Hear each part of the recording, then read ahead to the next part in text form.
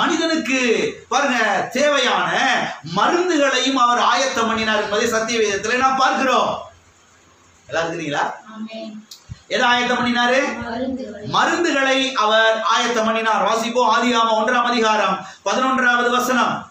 அப்பொழுது தேவன் பூமியானது புல்லையும் விதையை பிறப்பிக்கும் பூண்டுகளையும் பூமியின் மேல் தங்களில் தங்கள் விதையை உடைய கனிகளையும் தங்கள் தங்கள் ஜாதிகளின்படியே கொடுக்கும் கனி விருட்சங்களையும் முளைப்பிக்க கடவுள் என்றார். அது அப்படி ஆயிற்று. அப்படியே ஆயிற்று. இங்கே நான் பார்க்கிறோம், பூமியானது புல்லையும் விதையையும் பாருங்க பூண்டுகளையும் முளைப்பிக்க கடவுள். எதை முளைப்பிக்க கடவுள்? புல்லையும் பூண்டையும். எதையும் அதாவது ஷார்ட்டா சுருக்கமா சொல்லிட்டாங்க. அவ்வளோத்து நீளம் அவ்வளோத்து ஒண்ணுனா சொல்லாம சுருக்கமா அங்க எழுதிட்டாங்க. புல் பூண்டு விருட்சங்கள் அப்படின்னு சொல்லி என்ன செஞ்சாங்க?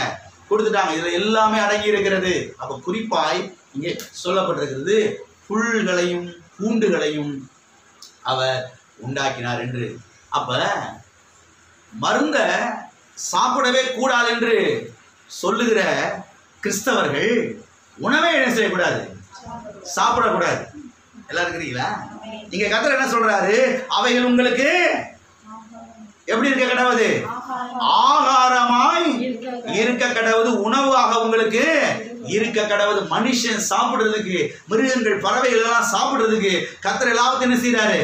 உண்டாக்கி இருக்கிறாரு. குறிப்பாக புல்லு பூண்டு விருட்சங்கள் என்று சொல்லப்பட்டிருக்கிறது. அப்ப இந்த புல் பூண்டு விருட்சங்கள் எல்லாம் பாருங்க, எல்லா செடி கொடி மரங்கள் எல்லாம் என்ன இருக்குது? மருந்து இருக்குது, மெடிசன் இருக்கிறது. ஆகவே இன்னைக்கு சில கிறிஸ்தவங்களை பாருங்க வாதிடுறாங்க, மருந்து நினைச்ச கூடாது, சாப்பிடக்கூடாது. ஒரு சின்ன காய்ச்ச மாத்திரை கூட என்ன செய்யக்கூடாது? சாப்பிடக்கூடாது. நீ காய்ச்ச மாத்திரை சாப்பிட்ட பரலோகம் முடியாது. அப்படியே காய்ச்சல்லே நீ செத்து மண்டையை என்ன செஞ்சிரு போட்டு. இப்படி மண்டையை போட்டவங்க எத்தனை பேரை நான் பார்த்துருக்கிறேன் பாருங்க, கேள்விப்பட்டிருக்கேன் பாருங்க. மாத்திரை சாப்பிட்டு இன்னொரு 15 வருஷத்துக்கு 20 வருஷத்துக்கு இருந்து அநேகருக்கு சுவிசேஷத்தை அறிவித்து கர்த்தருடைய நாமத்தை என்ன செஞ்சிருக்கலாம்? மகிமைப்படுத்தியிருக்கலாம். ஆத்துமாக்களை ஆதாயப்படுத்தியிருக்கலாம். ஆண்டவருக்கு மகிமையா வாழ்ந்திருக்கலாம். ஆனால் பாருங்க, அறிவு இல்லை, விசுவாசமும் இல்லை, அறிவும் இல்லை, மண்டைய போட்டுட்டாங்க. இவங்களுக்கு ஒரு பெரிய பெருமை, ஆண்டவர் தம்முடைய தாசனை என்ன செய்து கொண்டா? எடுத்துக்கொண்டா. ஊரெல்லாம் பாக்குறாங்க, இங்க அவர் சர்ச்சுன்னு போனா இங்க அவர் மடைய போட்ட. அவங்க ஒரு மாதிரியே பேசுறாங்க. இவங்க அதெல்லாம் அவங்க என்ன வேணா பேசிட்டு போடுறாங்க. நமக்கு தேவையே இல்லை. இல்லை, புத்தி வேணும், அறிவு வேணும். அருமையானவர்களை கவனிங்கள். மருந்தே நான் சாப்பிட மாட்டேன்னு சொல்ற கிறிஸ்தவங்க முதலாவது உணவே என்ன செய்யக்கூடாது? ஏன்னா உணவே மருந்து, உணவே மருந்து என்று இன்றைக்கு நாம் அதை அறிந்து வைத்திருக்கிறோம். வாசிப்போம் 29ஆம் வசனம். ஆதியாகமம் 1:29. பின்னும் தேவன் இதோ பூமியின் மேல் எங்கும் விதை தரும் சகலவித பூண்டுகளையும் விதை தரும் கனி மரங்களாகிய சகலவித விருட்சங்களையும் உங்களுக்கு கொடுத்தேன். அவைகள் உங்களுக்கு ஆகாரமாயிருக்க கடவுது. எவைகள் உங்களுக்கு ஆகாரமாயிருக்க கடவுது? இந்த புல்லு பூண்டு வெங்காயம் பச்சை மிளகா கொத்தமல்லி வெந்தயம் சீரகம் எல்லாம் இருக்கிறீங்களா? பச்சளை இஞ்சி இதெல்லாம் என்னதுங்க? அடே அப்பா, அதுல எவ்வளவு மருந்து இருக்குது. நம்மளுக்கு அதைத்தான் வேகமா அரைச்சி வச்சுக்கிறாங்க. நண்டு குழம்புல போட்டு ஊத்தி கறி குழம்புல போட்டு வதக்கி அடிச்சு பிரிச்சு எடுக்கிறாங்க. தோத்துறோம். எல்லாம் இருக்கிறீங்களா? ஆகவே அருமையான தேவனுடைய பிள்ளைகளை கவனிங்கள். யெகோவா ஈரே மனுஷனுக்கு தேவையான எல்லா பாருங்க மருந்து செடிகளையும் அவர் என்ன செய்திருக்கிறாரு? உண்டாக்கி இருக்கிறாரு. பூண்டு பாருங்க, பூண்டுல வந்து எவ்வளவு மெடிசன் இருக்குது பாருங்க. வெந்தயத்துல எவ்வளவு மெடிசன் இருக்கு, சீரகத்துல எவ்வளவு மெடிசன் இருக்குது, மிளகுல எவ்வளவு மெடிசன் இருக்குது. கருப்பட்டி சொல்றாங்க இல்லையா? கருப்பட்டி பனைமரத்துல இருந்து எடுக்கிறாங்க. அதுல எவ்வளவு மெடிசன் இருக்குது பாருங்க. எல்லாம் இருக்கிறீங்களா? போயிட்டீங்களா? மஞ்சள் சொல்றாங்க. மஞ்சள் இல்லாம குழம்பு வைக்கிறது கிடையாது. அது கிருமி நாசினின்னு சொல்றாங்க இல்லையா? கிருமிகள் எல்லாம் கொல்லக்கூடியது.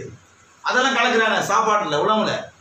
அப்ப கடவுள் இதெல்லாம் யோசித்து அன்பு கூர்ந்து மனுஷனை இதெல்லாம் முன்கூட்டி என்ன செய்திருக்கிறார்? அவர் ஆயத்தப்படுத்தி வைத்திருக்கிறார். அது மாத்திரம் இல்ல, மனுஷன் பாவத்துல விழுந்ததுக்கு பிறகு எல்லா தாவரங்களும் அது பாதிக்கப்பட்டது. நல்லா கவனிங்க, மனுஷன் பாவத்துல விழுந்ததற்கு விளைவாக மனுஷன் மாத்திரம் பாதிக்கப்படல, பரலோகமும் பாதிக்கப்பட்டது. மனுஷனும் பாதிக்கப்பட்டான், பரலோகமும் பாதிக்கப்பட்டது. அது மாத்திரமல்ல, இந்த பூமியில் இருக்கக்கூடிய எல்லா செடி கொடி மரங்கள் புல் பூண்டு விருட்சங்கள் எல்லாமே என்ன செய்யப்பட்டது? அது பாதிக்கப்பட்டது. இப்ப நான் என்ன சொல்றேன்னா, பாதிக்கப்பட்டதுக்கு பிறகே இந்த செடி கொடி மரத்துல இவ்வளவு மெடிசன் இருக்குதுன்னா, பாதிக்கப்படுறதுக்கு முன்னதாக எவ்வளவு மெடிசன் இருந்திருக்கும்?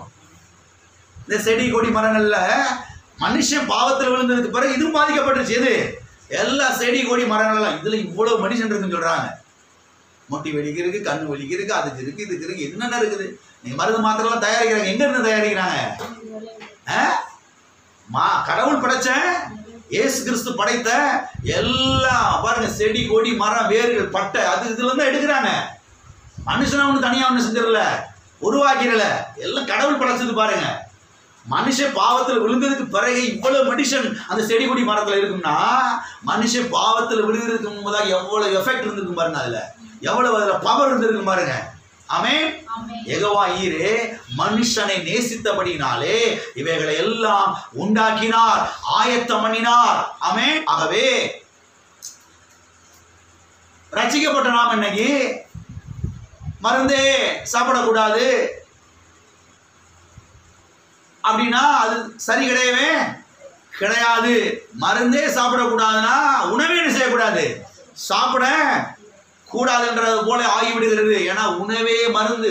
சரியான உணவை சரியான வேலையில சரியான அளவோடு எடுத்தாவே இந்த சரீரம் ரொம்ப வருஷத்துக்கு வருமா? எல்லாரும் இருக்கிறீங்களா? மறுபடியும் சொல்றேன், நீங்க உணவை சரியான அளவு சரியான நேரம் சரியா எடுத்துக்கிட்டா ரொம்ப வருஷத்துக்கு என்ன செய்யலாமா? வியாதி இல்லாம இருக்கலாமா?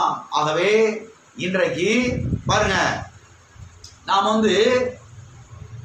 நான் மருந்து எனக்கு வேணாம் அப்படின்னு சொல்லி அதை தூக்கி எரிஞ்சிச்சு வியாதியில படுத்து கட்டு அழுத வேண்டிய அவசியம் கிடையவே கிடையாது. விசுவாசத்தை வளர்த்து கொள்ளுகிற வரைக்காவதும் மருந்து எடுத்துக்கிறது நல்லது. விசுவாசமும் இல்லை, மருந்து எடுக்காம எங்கேயாவது போய் என்ன செஞ்சிடக்கூடாது?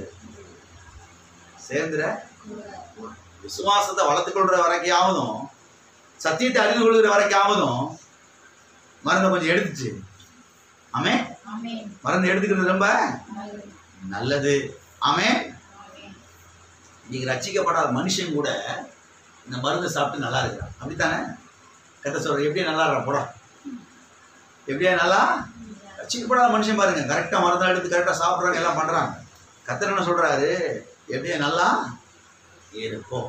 அது மாத்திரம் இல்ல, இன்னும் ஏராளமான மருந்து செடிகளை குறித்து பாருங்க நாம் இன்றைக்கு உலகத்திலே பார்க்கிறோம். துளசின்னு சொல்றாங்க, பச்சைலன்னு சொல்றாங்க, தூதுவளைன்னு சொல்றாங்க, வேப்பலன்னு சொல்றாங்க, கத்தாழைன்னு சொல்றாங்க. எவ்வளவு அருமையான செடிகள் பாருங்க. நெல்லிக்காயின்னு சொல்றாங்க, பட்டை, ஏலக்காய், எல்லாம் இருக்கிறீங்களா? இஞ்சி, பாவக்காய், எல்லாம் இருக்குது பாருங்க. இவ்வளவுத்தையும் அருமையா கத்தர் செஞ்சிருக்கிறாரு, படைச்சிருக்கிறாரு. இப்ப நான் என்ன கேட்கிறேன்னா, இவ்வளவு செடி கொடிகளையும் படைச்சது கத்தரா பிசாசா? அது என்னமோ பிசாசு படைச்சது மாதிரி. மருந்துகள் எடுக்கக்கூடாது பிரதர். ஹலோ பிரதர், கவனிங்க, அதெல்லாம் கத்தர் படைச்சது. அதுல இருந்து இவங்க கத்தர் கொடுத்த அறிவை பயன்படுத்தி மாத்திரையா தயாரிச்சு செய்யறாங்க, உங்க கையில கொடுக்குறாங்க. கேப்சூலா தயாரிச்சு கூட கொடுக்குறாங்க, டானிக்கா தயாரிச்சு செய்யறாங்க, உங்க கையில கொடுக்குறாங்க. ஆமே. அது இன்ஜெக்ஷன் எடுத்து செய்யறாங்க, உங்க உடம்புல போட்டு விடுறாங்க. இதெல்லாம் படைச்சது பிசாசு கிடையாது, நம்முடைய தேவனாகிய கர்த்தர். ஆமென். கர்த்தரை துதிக்கணும், கர்த்தரை துதிக்கணும். எனவே யெகோவா ஈரே மனிதனுக்கு மருந்துகளை என்ன செய்தார்? அவர் ஆயத்தம் பண்ணினார். அது மாத்திரமல்ல, தேவனுடைய பிள்ளைகளாகிய நமக்கு இதைத்தான் நீங்க ஆழமா கவனிக்கணும். அதெல்லாம் இருக்கட்டும், செடி கொடி மரம் அது இது எல்லாம் இருக்கட்டும், தோத்திரம் இருக்கட்டும். தேவனுடைய பிள்ளைகளாகிய நமக்கு இதை காட்டிலும் மேலான மருந்தை அவர் கொடுத்திருக்கிறார். அவருடைய வார்த்தையை கொடுத்திருக்கிறார். அவருடைய சரி, ஸ்தோத்திரம், இதெல்லாம் படைச்சது கர்த்தர் தான், கர்த்தருக்கு ஸ்தோத்திரம். ஆனால் தேவனுடைய பிள்ளைகளாகிய நமக்கு அதையும் கொடுத்திருக்கிறாரு. எதை? இந்த செடி கொடி மரம் அது இதெல்லாம் இருக்குது, அதெல்லாம் இருக்குது, கர்த்தருக்கு ஸ்தோத்திரம். ஆனா அதை காட்டிலும் மேலான காரியமாகிய அவருடைய வார்த்தையே நமக்கு என்ன செய்திருக்கிறார்? கொடுத்திருக்கிறார். சத்தியவேதம் சொல்லுகிறது, அவருடைய வார்த்தையை கண்டுபிடிக்கிறவர்களுக்கு அவைகள் ஜீவனும் அவர்கள் உடலுக்கெல்லாம் ஆரோக்கியமாம். இது ஒரு மொழிபெயர்ப்புல எப்படி வந்திருக்கிறது? அவர் உடலுக்கெல்லாம் மெடிசனாம், மருந்தா இருக்கிறது. அவருடைய வார்த்தையில இரவும் பகலும் நீங்க தியானம் இருந்தீங்கன்னா நான் சொல்றேன், நிச்சயமா நீங்க ஆரோக்கியமா தான் இருப்பீங்க. ஆஸ்பத்திரிக்கு போக மாட்டீங்க. இருக்கிறீங்களா? சேலஞ்ச் பண்ணி சொல்றேங்க, சும்மா விளையாட்டு இல்லை. ஆஸ்பத்திரிக்கு போகாம நல்ல சுகமா வாழணும், ஆரோக்கியமா வாழ விருப்பப்படுறீங்களா? இரவும் பகலும் கர்த்தருடைய வேதத்துல தியானமா இருக்கிற மனுஷன் வாக்கியவான். என்னுடைய வார்த்தைகளை இரவும் பகலும் கண்டுபிடிக்கிறவன், இவைகள் ஜீவனும் அவன் உடலுக்கெல்லாம் அது மருந்தா இருக்கிறது என்று நீதிமொழிகள் 4ஆம் அதிகாரத்திலே வாசிக்கிறோம். வாசிப்போம். நீதிமொழிகள் 4ஆம் அதிகாரம், நீதிமொழிகள் 4:22. அவைகளை கண்டுபிடிக்கிறவர்களுக்கு அவைகள் ஜீவனும் அவர்கள் உடலுக்கெல்லாம் ஆரோக்கியமுமா மருந்தாம் என்று எழுதப்பட்டிருக்கிறது இன்னொரு மொழிபெயர்ப்பிலே. ஆகவே பாருங்க, இந்த செடி கொடி மரங்கள் அது இது வெள்ளைப்பூடு வெங்காயம் பச்சை மிளகா இஞ்சி இதெல்லாம் கர்த்தருக்கு ஸ்தோத்திரம், அதெல்லாம் இருக்கட்டும். ஆனால் தேவனுடைய பிள்ளைகளாகி நமக்கு அதை காட்டிலும் மேலான ஒன்றை கர்த்தர் நமக்கு கொடுத்திருக்கிறார். அவருடைய வார்த்தையை கொடுத்திருக்கிறார். அவருடைய வார்த்தைக்குள்ளே சுகம் இருக்கிறது, அவருடைய வார்த்தைக்குள்ளே பலன் இருக்கிறது, அவருடைய வார்த்தைக்குள்ளே ஜீவன் இருக்கிறது, அவருடைய வார்த்தைக்குள்ளே சமாதானம் இருக்கிறது, அவருடைய வார்த்தைக்குள்ளே வாழ்வு இருக்கிறது, அவருடைய வார்த்தைக்குள்ளே ஐஸ்வர்யம் இருக்கிறது, அவருடைய வார்த்தைக்குள்ளே செல்வ செழிப்புகள் இருக்கிறது, அவருடைய வார்த்தைக்குள்ளே நமக்கு தேவையான சகல விதமான ஆசீர்வாதங்களும் இருக்கிறது. ஆமென். எல்லாம் இருக்கிறீங்களா? அப்ப இதை பிடிங்க, இத பிடிங்க, அவருடைய வார்த்தையை பிடிங்க. கண்டிப்பா சுகம் அடைவீங்க, சுகத்துல வாழ்வீங்க, ஆரோக்கியத்துல வாழ்வீர்கள். ஆமென். அது மாத்திரமல்ல, தேவன் அவருடைய தழும்புகளை நமக்கு மருந்தாக கொடுத்திருக்கிறார். எதை கொடுத்திருக்கிறாரு? அவருடைய தழும்புகளை நமக்கு மருந்தாக கொடுத்திருக்கிறார். அவருடைய தழும்புகள் நம்மை குணமாக்குகிற மருந்தாக இருக்கிறது. 1 பேதுரு 2ஆம் அதிகாரம் 24ஆம் வசனத்திலே வாசிக்கிறோம், அவருடைய தழும்புகளால் குணமானீர்கள். அவருடைய தழும்புகளால் குணம் ஆனீர்கள். ரத்தம் பூசப்பட்ட வீட்டிலே அழிக்கும் வாதை நுழையாதிருக்கும் என்று அங்கே யாத்ராம புஸ்தகத்திலே நாம் வாசிக்கிறோம். ரத்தம் பூசப்பட்ட வீட்டிலே கொள்ளும் கொள்ளை நோய் அழிக்கும் வாதை நுழையாதிருக்கும். அப்ப இயேசு கிறிஸ்துவின் ரத்தமும் நம்மை சுகமாக்கக்கூடிய மருந்தாக இருக்கிறது. அவருடைய வார்த்தை நம்மை சுகமாக்கக்கூடிய மருந்தாக இருக்கிறது. அவருடைய தழும்புகள் நம்மை சுகமாக்கக்கூடிய மருந்தாக இருக்கிறது. அவருடைய ரத்தம் நம்மை சுகமாக்கக்கூடிய மருந்தாக இருக்கிறது. அப்போஸ்தலர் நடபடிகள் புஸ்தகத்திலே வாசிக்கிறோம், அவருடைய நாமமே இவனுக்கு சர்வாங்க சுகத்தை தந்து அருளினது. ஆமென். என் நாமத்தினாலே வியாதியஸ்தர் மேல் கையிட வைப்பீர்கள், அப்பொழுது அவர்கள் சொஸ்தமாவார்கள், சுகமாவார்கள். அப்ப இயேசுவின் நாமம் நம்மை சுகமாக்கக்கூடிய மருந்தா இருக்கிறது. ஆமென். ஒருவேளை உலக மக்களுக்கு செடி கொடி மரங்கள் அது ஒருவேளை அவங்களுக்கு மருந்தா இருக்கலாம், அதுவும் நமக்கு இருக்குது, ஸ்தோத்திரம். ஆனால் அதை காட்டிலும் மேலான காரியங்கள் இருக்கிறது. அவருடைய வார்த்தை, அவருடைய தழும்புகள், அவருடைய ரத்தம், ஆமென், அவருடைய நாமம் நமக்கு மருந்தாக இருக்கிறது. ஆமென். எல்லாருடைய வார்த்தைக்காக கரங்களை உயர்த்தி கர்த்தரை ஸ்தோத்திரிப்போம். ஆமென். ஆகவே இப்ப நான் என்ன சொல்ல வரேன்னா, ஆதாமை காட்டிலும் அதிகமான ஆயத்தங்கள் நமக்கு உண்டாக்கப்பட்டிருக்கிறது. ஆதாமுக்கு இந்த இயேசுவின் தழும்புகள் அன்னைக்கு இல்ல. எல்லாம் இருக்கிறீங்களா? ஆதாமுக்கு அது இருந்துச்சா? இந்த இயேசுவின் காயங்கள், இயேசுவின் தழும்பு, இயேசுவின் ரத்தம், இயேசுவின் நாமம் இன்றைக்கு நமக்கு என்ன செய்திருக்கிறது? இருக்கிறது. ஆமென். ஆகவே இன்றைக்கு இந்த வழியிலையும் சுகமாயிரலாம், இந்த வழியிலும் சுகமாயிரலாம். அந்த வழி ஒருவேளை பொய்த்து போனால், எந்த வழி? இந்த மருந்து மாத்திரை டானிக்க ஊசி ஈஸி அது இது இது இது ஒருவேளை பொய்த்து போனாலும் கர்த்தருடைய வார்த்தை ஒரு நாளும் பொய்த்து போகாது. அது சுகமாக்கியாகும், சுகத்தை உண்டாக்கியாகும். ஆமென். சுகமாக்கியே ஆகும். எல்லா மருந்துகளும் பொய்த்து போனாலும் கர்த்தருடைய வார்த்தை ஒரு நாள் பொய்த்து போகாது. ஆகவே அவருடைய வார்த்தை இருக்க பிடித்துக் கொள்ளுங்கள். டாக்டர் கை விட்டுட்டாரு, மருந்து கை விட்டுருச்சு, பரவாயில்ல இருக்கட்டும், கர்த்தர் கைவிட மாட்டார். ஆமென். கர்த்தர் கைவிடவே மாட்டார்.